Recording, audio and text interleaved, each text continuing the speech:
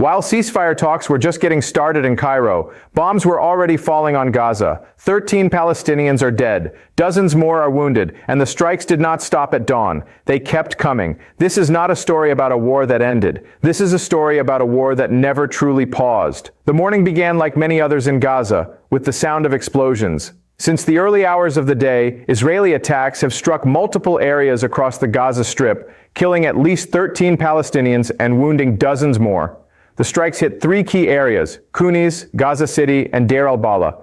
These are not empty places. These are neighborhoods where families live, where children sleep, and where people have been trying to rebuild their lives under an already fragile ceasefire. The scale of the attacks was swift and widespread. Reports coming out of Gaza describe scenes of chaos and destruction, buildings damaged, streets filled with smoke, and medical teams rushing to reach the wounded. Hospitals, already stretched thin from over 2 years of conflict, were once again forced to receive a wave of new casualties in a matter of hours. What makes this moment even harder to understand is the timing. These attacks did not happen in a vacuum. They happened on the very same day that a new round of ceasefire talks was beginning in Cairo. Diplomats were sitting at tables trying to find peace, while on the ground in Gaza, people were being killed. That gap between diplomacy and reality could not be more clear. Now, a ceasefire has technically been in place since October 2025, and for the most part, that ceasefire held. The large-scale, daily bombardments that defined the earlier phase of this war had slowed down.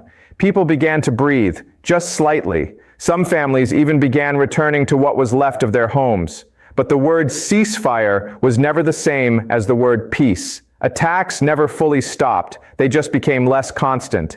And now, even that fragile calm is being tested again. 13 lives lost in a single morning is not a small number. Each one of those people had a name, a family, and a story. But in the coverage of wars and politics, those names often get lost behind the numbers. It is important to remember that these are real human lives, not just statistics in a report. The ground situation in Gaza remains deeply dangerous. And as the death toll rises, the question on everyone's mind is simple. If a ceasefire is in place, why are people still dying? Even as the smoke was rising over Gaza, men in suits were sitting in air-conditioned rooms in Cairo, talking about peace. That image alone tells you everything you need to know about where things stand right now. Cairo has once again become the center of the diplomatic world. Egypt is hosting a fresh round of talks that bring together Hamas and other Palestinian factions on one side, and mediators from Qatar and Turkey on the other. The goal on paper sounds straightforward: revive the stalled negotiations, push toward a broader agreement, and find a way to secure Gaza's future. But anyone who has been following this conflict knows that what sounds simple on paper has never been simple in practice. These talks did not appear out of nowhere. They are the result of weeks of back-channel communication, quiet pressure from regional powers, and a growing fear that without serious negotiations, the fragile ceasefire that has been holding since October 2025 could completely collapse. The mediators coming to the table know the stakes. They have seen what happens when diplomacy fails in this region, and they are not willing to let that happen again, at least not without trying. But here is where things get complicated. Hamas came to Cairo with a very clear message for the mediators. Before any real progress can be made, before any agreement can move forward, Israeli attacks on Gaza must stop completely. That is not a small demand. That is a foundational condition. And as long as strikes continue to hit Gaza, like the ones that killed 13 people this very morning, Hamas has made it clear that meaningful progress will remain out of reach. On the other side, the proposed next phase of the ceasefire includes some very heavy topics. The first is an Israeli military withdrawal from Gaza. The second is the reconstruction of Gaza, a territory that has been described by aid organizations as one of the most destroyed places on earth right now. And the third, perhaps the most sensitive of all, is the question of Hamas's armed wing. What happens to it, whether it gets dismantled, and who gets to decide? These are not small conversation topics. These are issues that strike at the very identity and survival of the groups involved, and that is exactly why the talks keep stalling. Two issues in particular remain the biggest walls blocking any final deal. The first is the question of Hamas's disarmament. Israel wants Hamas to give up its weapons completely. Hamas sees its armed wing not as a problem to be solved, but as a right, a means of resistance and protection. The second is the extent of any Israeli military withdrawal. How far back do Israeli forces pull? From which areas? Under what conditions? These questions do not have easy answers, and so the men in suits keep talking, the mediators keep pushing, and outside those air-conditioned rooms in Cairo, Gaza keeps burning. Numbers can lie, but sometimes numbers are the only thing that forces people to stop and truly listen. So stop and listen to these. Since the ceasefire came into effect in October 2025, a ceasefire that was supposed to slow the killing, supposed to give Gaza a chance to breathe, nearly 950 Palestinians have been killed.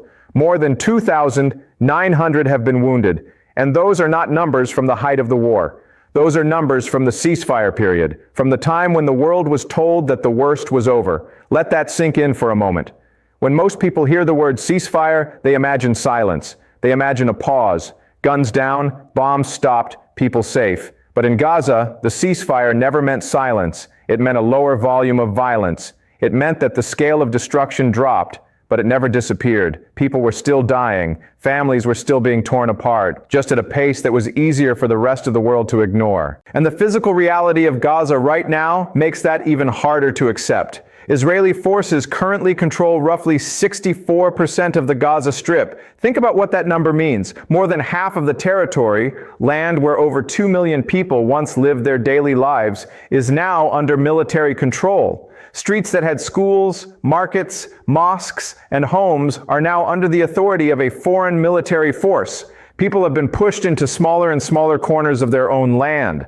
The destruction itself is on a scale that is difficult to put into words. Aid organizations and independent observers have described Gaza as one of the most heavily damaged territories seen in modern warfare. Entire neighborhoods have been flattened. Infrastructure that took decades to build, roads, hospitals, water systems, power lines, has been destroyed, and the rebuilding of all of that is one of the key items sitting on the negotiating table in Cairo right now. But you cannot rebuild a city while it is still being bombed. And you cannot have serious reconstruction talks while attacks continue on the ground. This war has also gone on far longer than many people expected.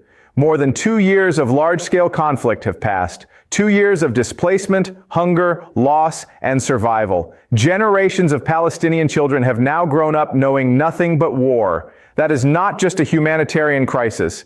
That is a wound that will take decades to heal, if it ever fully does. And yet life in Gaza continues.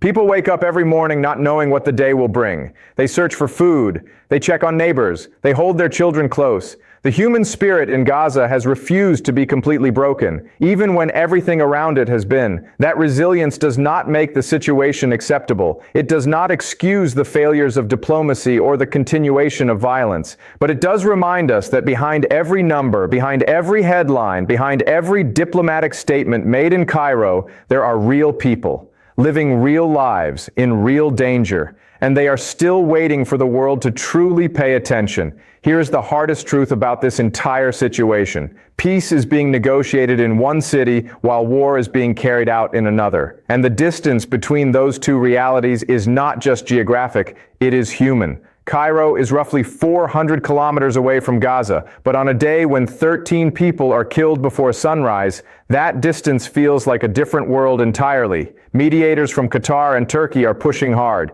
Egypt is doing everything it can to keep all parties at the table. The conversations are described as serious. The tone, according to sources, is one of cautious hope. But cautious hope has surrounded these talks before, and cautious hope has collapsed before too. The pattern here is not new. Talks begin. The world pays attention. Statements are made about progress. And then somewhere between the negotiating table and the ground in Gaza, that progress disappears, replaced once again by strikes, casualties, and another round of grief for families who have already lost too much. What makes this round of talks different, if anything, is the pressure building from multiple directions at once. Regional powers are exhausted by the instability. International organizations are raising louder alarms about the humanitarian situation inside Gaza. And even among those who have historically supported Israel's military operations, there are growing questions about what the endgame looks like. You cannot bomb a territory into lasting peace. History has proven that over and over again. At some point, a political solution is not just preferable, it is the only option left. But political solutions require compromise.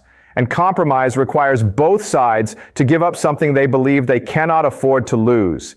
Israel wants security guarantees and the complete dismantling of Hamas's military capability. Hamas wants a full Israeli withdrawal and international guarantees for Gaza's future. Right now, those two positions are not just far apart, they are pointed in opposite directions. Bridging that gap will take more than a few days of talks in Cairo. It will take a level of political courage that has been missing from this conflict for a very long time. And while that courage is being searched for in diplomatic corridors, the people of Gaza are living with the consequences of its absence every single day.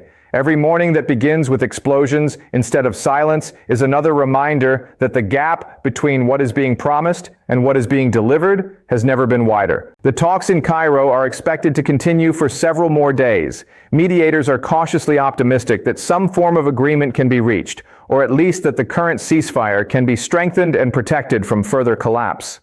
But optimism in diplomacy means very little to a family in Deir al-Balah that woke up this morning to the sound of a strike instead of the sound of their children's laughter.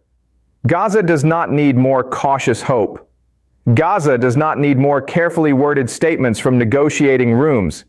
Gaza needs action, real, committed, and immediate action from every party sitting at that table in Cairo. Because on the ground, time is not a luxury anyone can afford.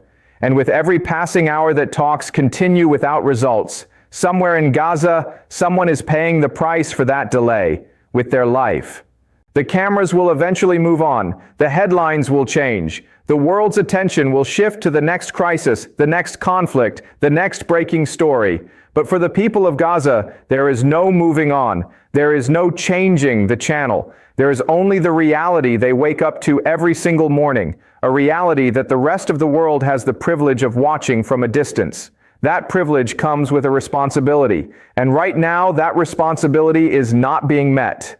This has been a full breakdown of the latest developments in Gaza as ceasefire talks continue in Cairo. The story is still developing, and the world is still watching.